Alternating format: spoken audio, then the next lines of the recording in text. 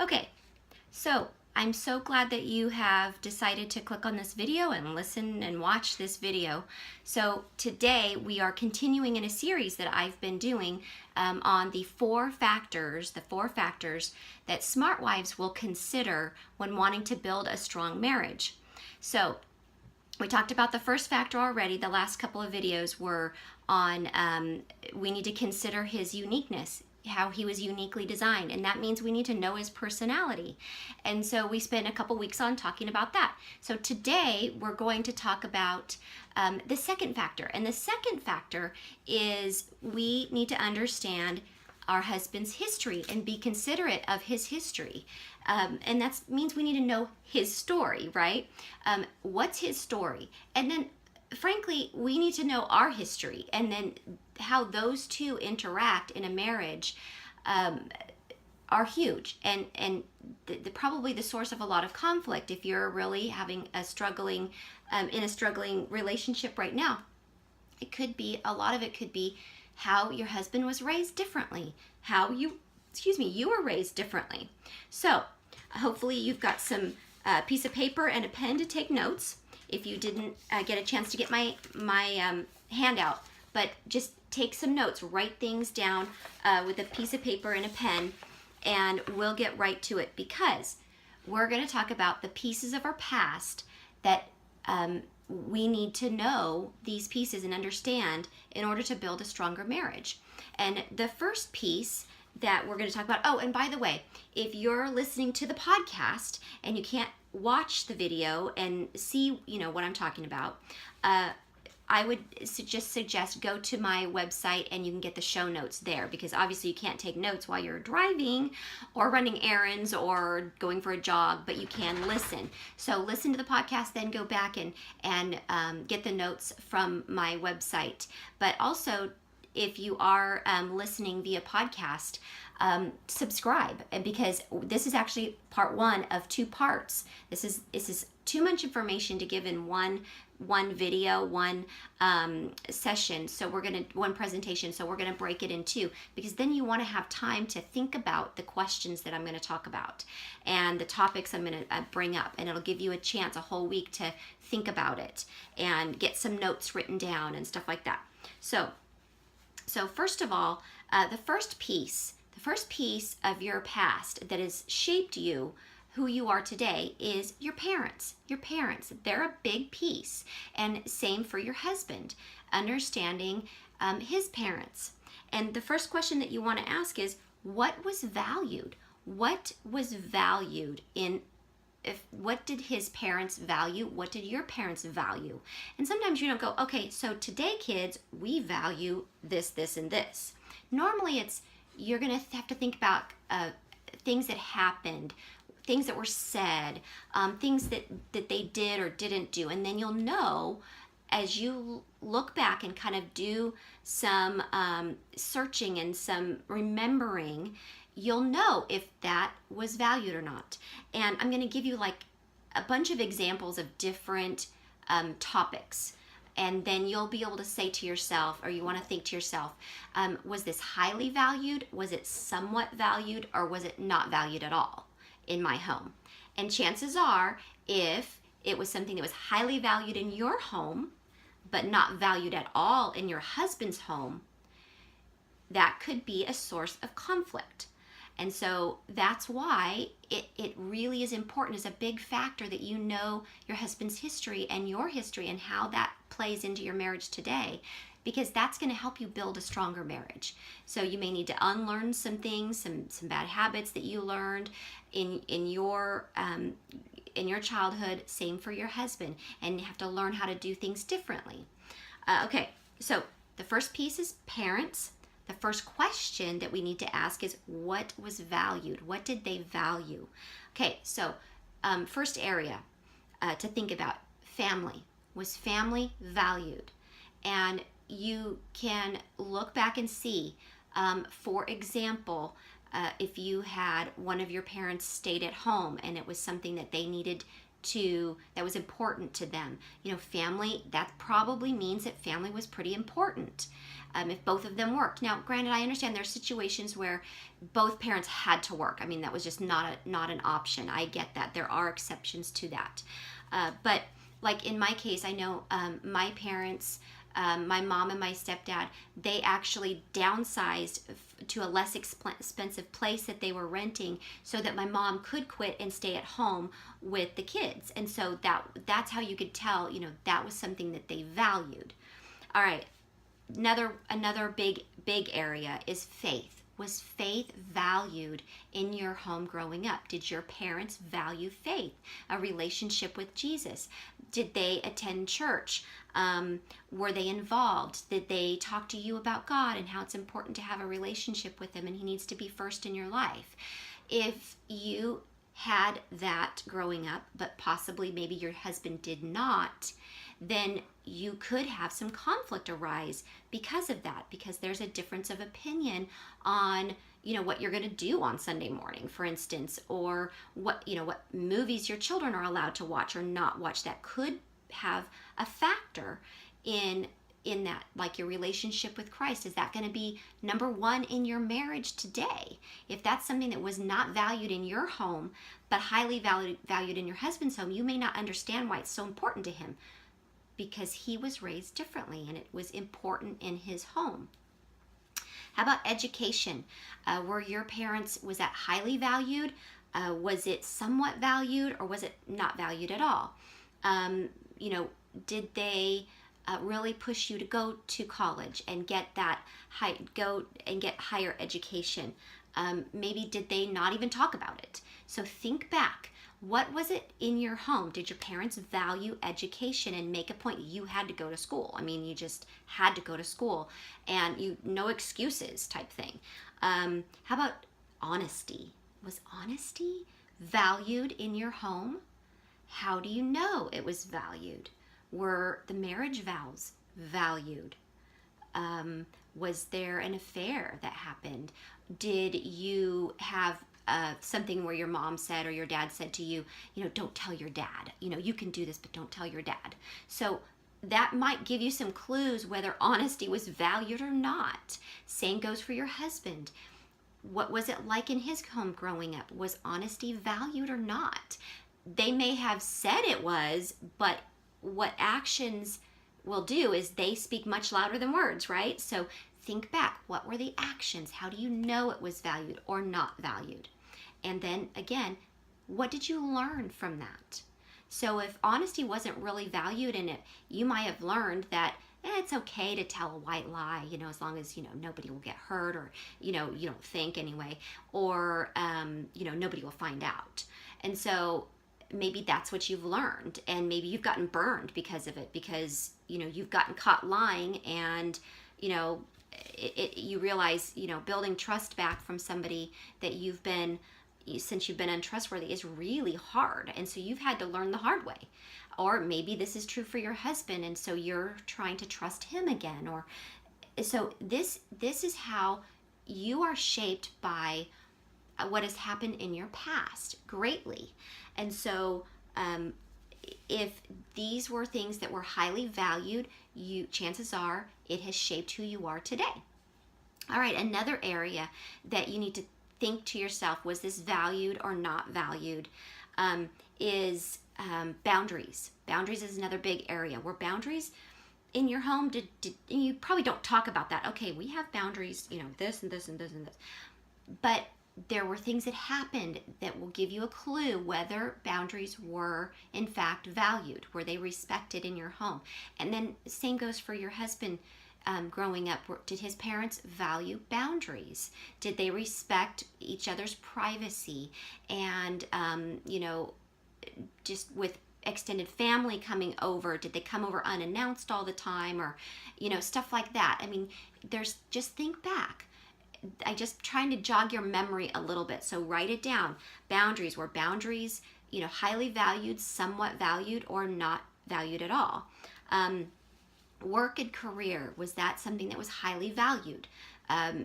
Materialism is another area.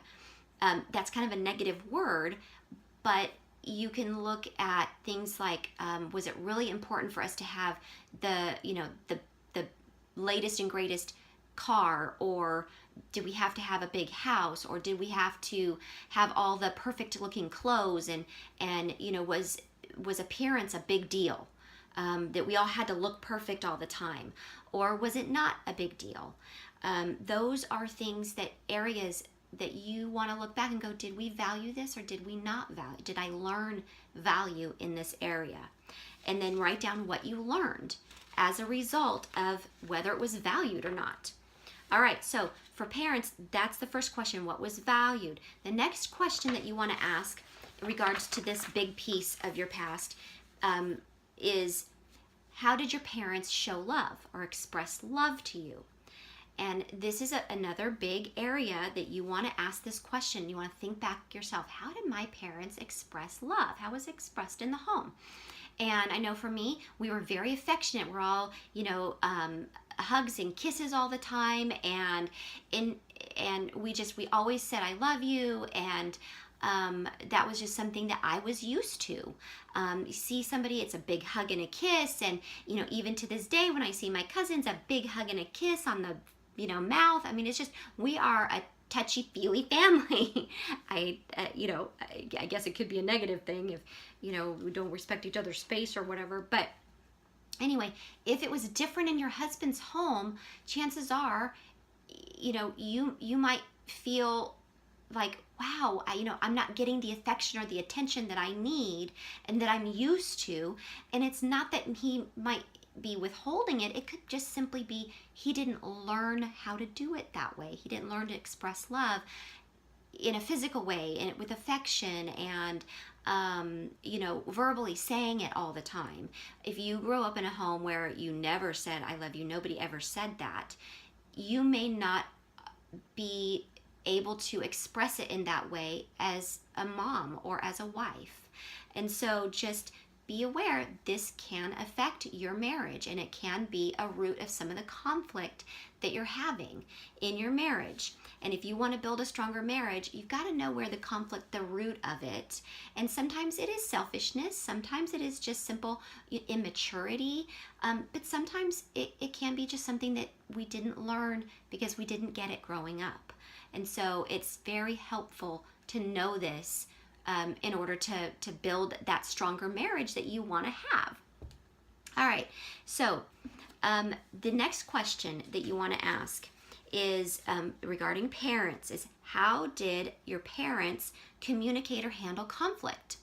So how did your parents handle communication? Like, did they talk about everything, or did it seem to be one person always just made the decisions and the other person just kind of went with it? Or did they discuss things? Were there arguments? How did they resolve arguments?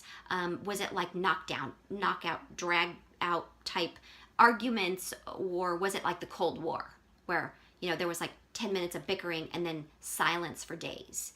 Or, was it passive aggressive? Oh, I'm not eating dinner, because your dad's in the kitchen, or something like that. What was it? What was it like? How did they handle conflict between you and your brothers or sisters, if you had any? Gotta keep drinking water. How they handle conflict with each other? Did you see the conflict, but you didn't see them making up? You didn't see the resolution? That's important. I know that when my husband and I were going to counseling, our counselor told us that if they see you get into a fight, because it's impossible to not let your kids see a fight happen. Sometimes it breaks out just, out of the blue.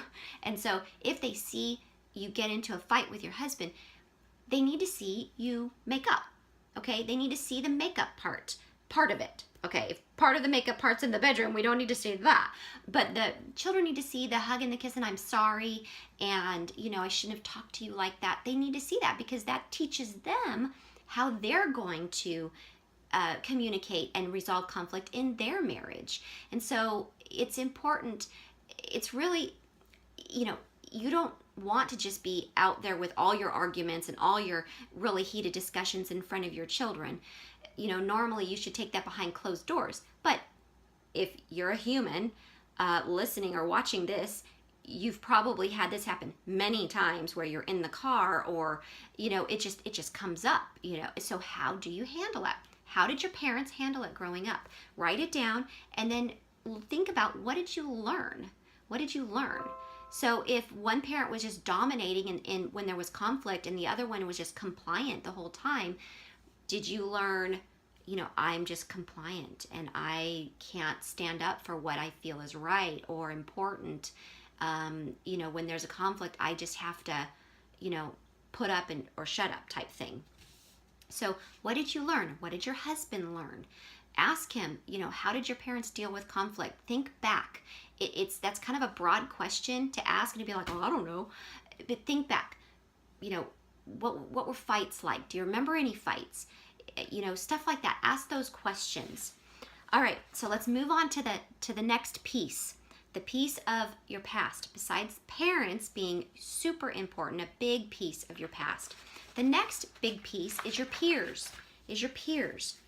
So your peers are those people from your past, your co-workers from your past, your teachers, your classmates, friends you grew up with, your brothers and sisters, if you had any step brothers or sisters, extended family. Those are all your peers from your past boyfriends. Those are your peers from your past girlfriends for your husband, past girlfriends, and school friends. I think I mentioned that. So what's the question that you ask? Okay, were there any favored siblings that really affected me? Did I have, were there step siblings that I feel, were really favored more than myself? And how did that affect me? Did you have another question, favorite siblings or school friends that were a huge impact, maybe for the good or for bad? The next question is, were there any past abusive relationships? Like if you were in a relationship before that was really dysfunctional and abusive, and how did that affect you? How is it affecting you today? Maybe you were married before and this is your second marriage and you're in a blended family right now, and so you have an ex-husband, and that is a peer that affected who you are now in your relationship. And so you've got to look back. How did that affect me? What did I learn from them? So those are things that you want to write all this down, and think about your husband too. Is he from a blended family where he had step siblings? Were there favored siblings over others? Were there, friends that had a huge impact on his life? Were there people like teachers who had a huge impact, maybe negative, maybe positive? What were those? How has that shaped who he is today? And you probably have to ask him, but this is something, if you want to have a stronger marriage, you kind of need to dig deep, especially if you're experiencing a lot of conflict in these areas. It's important that you dig deep and actually ask the questions, and don't be afraid to bring it up and just say, I just want to I want to understand where you're coming from. I want to understand your past, so that you can be more considerate. I mean, that's the name of this whole series, is becoming a considerate person. And how do you do that? You consider the 4 factors, which are, your husband's uniqueness, meaning his personality, understand his past, being considerate of his past, and that means knowing what happened in his past. You got to know it to be considerate of it and be more compassionate and understanding. All right, the last piece, which is another huge piece of our past, is past places and events. Past places and events. And real quick, couple of questions. This is going to be a big area for anybody because there's a lot of past events that have shaped you. And very easy first question is, and a very simple thing that maybe you don't realize has affected you, is where you grew up, the place place where you grew up. Maybe you grew up in numerous places. Maybe your family's was in the military and you moved constantly. And maybe your husband didn't. Maybe he lived in one place his entire life, and now, he's like thinking, would like to move, and you're just like, all of a sudden you're like, no, never, I'm never moving. And he's like, what in the world? And you can think now to yourself, maybe that's why. Because you moved so much growing up, and maybe it had a negative influence on you. Maybe it didn't, but maybe it did. And you don't want to move and uproot your kids, and maybe this has been a conflict that you've had in your marriage, and he doesn't get it. He doesn't understand why. He's like, people move all the time, what's the big deal? And yet you're just completely fearful of it. And this could be why. Maybe you did move growing up and it affected you in a positive way, so you have an open mind about moving, and you're okay with moving because you've done it a lot and it worked out great. And then maybe your husband's on the other side of the coin where he's like, no way, Jose, I am not moving. And he doesn't want to have anything to do with it. And you're just at wit's end. And so that could be conflict that's going on right now that could be stemmed from his past. Maybe he didn't move and that's very uncomfortable for him. Moving is going to push him out of his comfort zone, or it's just not, doesn't feel good to him. Or maybe he did move a lot in his childhood and he had a negative experience, and that's why he doesn't want to move. But those past places are important, and they do shape who you are today. Another example that I give a lot is the fact that I was raised on in a small farm town. Not a farm town per se, it was like a small college town, and very small town. And then my husband was raised in a big city. It's a suburb of a big city. And so growing up, like, we never locked our doors or anything. We never locked our car doors. We never locked our doors at our house, or we'd go to the store, we wouldn't lock our doors to go into the store. And my husband grew up total opposite. They locked all the doors, they locked even the side gate. I mean, it's just everything was different where he grew up. And of course, with my husband being in law enforcement, he's even more, hyper vigilant with locking the doors and just everything, being cautious. And so if I leave the house in the morning, a couple times I've done this, and leave the front door unlocked, and not thinking, and I get like, oh my gosh, he's panicked when I come home. He's like, I can't believe you left the door unlocked.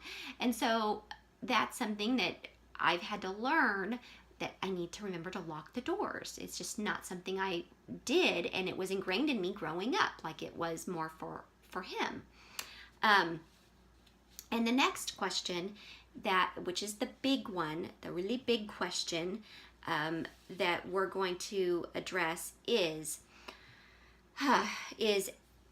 were there any traumatic events in your past? A past event that was a traumatic event that shaped you and has affected who you are today. A lot of us have more than one traumatic event that has affected us. So I'm going to kind of give you a laundry list of possible events that could have taken place in your home or your husband's home, and I want it to jog your memory to see, is this something that I experienced growing up? And if so, then you write down, what did I learn from that experience? How has that shaped me, or how has that affected me today in my marriage? And there's some events that you may not know how it's affecting you, and so we'll talk about that in a few minutes. So here's a big obvious traumatic event, is a death of a parent. A death of a parent. If you had a parent that died, that's a traumatic event, and that's definitely affected you, and probably you're very aware of how it's affected you. Was there a divorce, and maybe the divorce happened and then you had a parent that was absent the rest of most of your childhood, and that has definitely affected you. And so think about how has it affected me? How, what are the things that I have learned because of it? Divorce is definitely, just having maybe a sibling that was adopted, or maybe you were adopted, that's going to affect you in your marriage. And you may not even realize it, but it's definitely going to affect you. And so you've got to unpeel the onion, per se, and dig in there and see how has it affected you, that your parents gave you up for adoption, and you were adopted. So that's just something to be thinking about. Maybe your husband was adopted. Maybe he had an adopted sibling. Maybe one of his parents were adopted. That will affect. That trickles down. How about a major illness? Many families today are dealing with cancer, and that can be a very traumatic event for a family when it's affecting younger and younger people who have small children. It has a big effect. I think they say that the younger you are when the trauma happens, the deeper the effect has on you. And so a major illness, it definitely can have a major effect on how you interact with your spouse and he with you. Another area is alcoholism. Did you or your husband have a parent who was an alcoholic or addicted to drugs?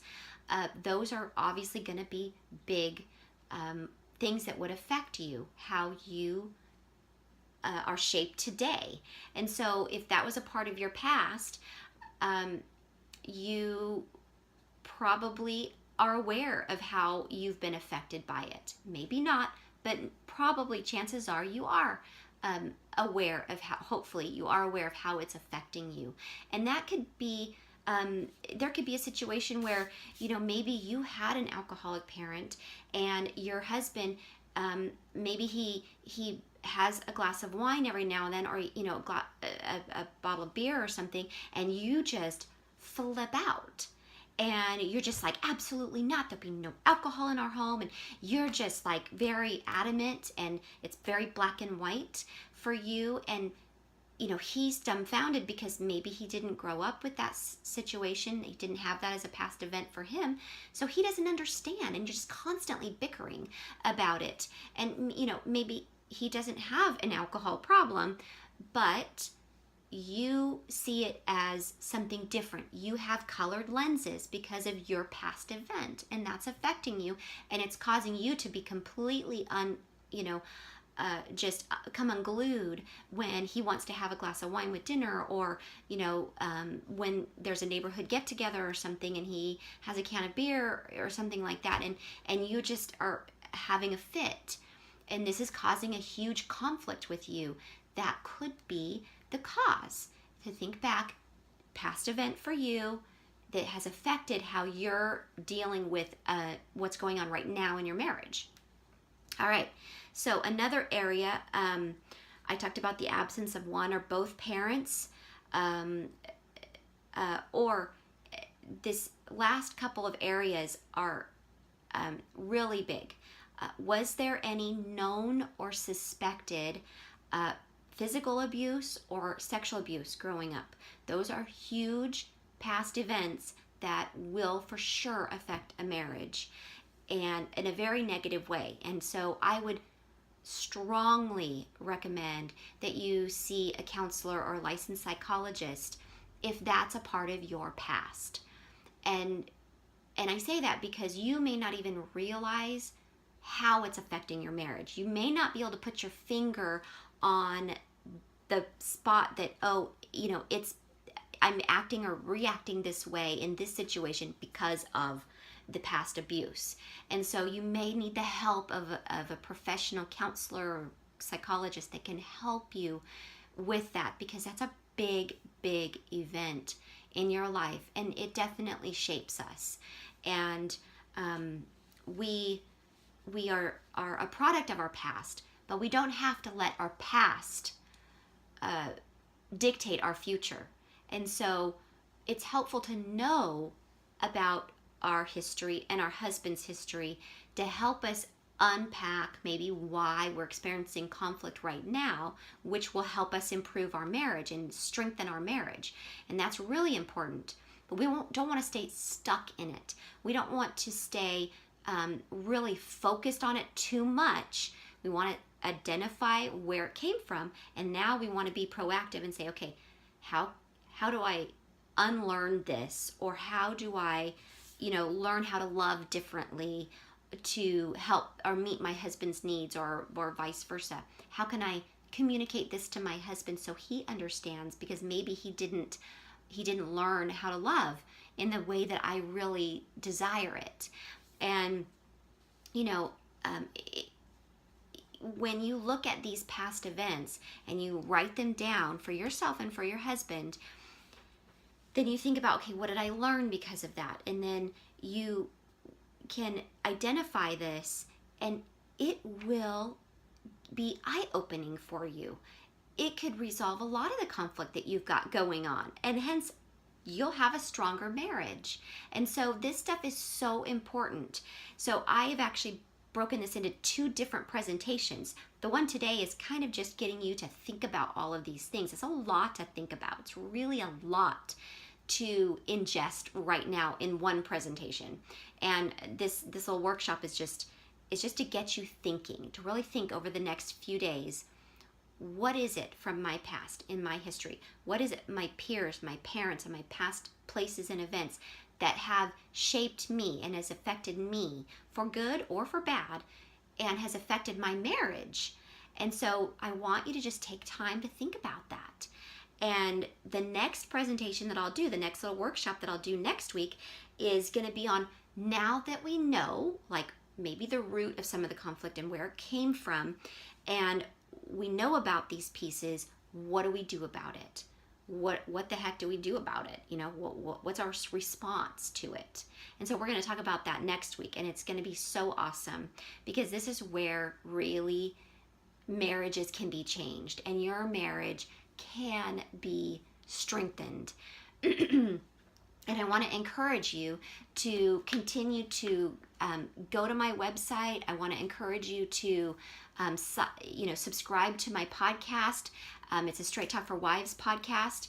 My website is straighttalkforwives.com. Go there, get all the information you can. I have tons of recommended books to get, to learn more information about how you can build a stronger marriage. There's other videos on my website. There's other podcasts on my website, and you can catch up. If you go, gosh, I want to know what all 4 factors are, I have videos, an overview, a video of all the factors in building a stronger marriage, and you can go back and listen to, or watch them and listen to them, and just keep coming back. And I encourage you to just not give up. Do not give up on your marriage, because it's a lot of work, but it is so worth it. I am so grateful that I did not give up when my marriage hit the rocks, because it hit the rocks pretty bad. I mean, we were separated 2 different times. And so I am so glad we didn't give up, because today, we work so hard, and when you work hard for something, you protect it, and you're very stubborn about allowing anything to break it down or break it apart. And so, wives, I would encourage you, do not give up. Be stubborn about getting a stronger marriage. Do whatever it takes to get a stronger marriage. I just can't encourage you enough to do that. Challenge you, actually, enough to do that. I'm going to end with the main verse for this entire series. And this Bible verse is in Romans, and it's in chapter 15. It's verse 1 and 2. And it says, "We must be considerate of the doubts and fears of others. If we do what helps them," remember, what helps them, "we will build them up in the Lord." So God is telling us we must be considerate of the doubts and fears of others. And our husband's doubts and fears could be coming from something that happened in his childhood, or just the way he was raised. And we may not understand it. We may poo-poo his doubts and fears and go, "Oh, yeah, what are you worried about? You shouldn't worry about that. That's really dumb." And yet we shouldn't do that. We should be considerate of those doubts and fears. And we do be considerate by understanding what happened. Be aware of his history. So I'm going to sign off for today and say goodbye, but come back next week, and we're going to talk about this again in a live broadcast, do a blab broadcast on Fridays at 11:15 a.m. And so hopefully, if you want to watch it live, you can do that. And then a few days after that, I will post the video. All right, we'll see you next time.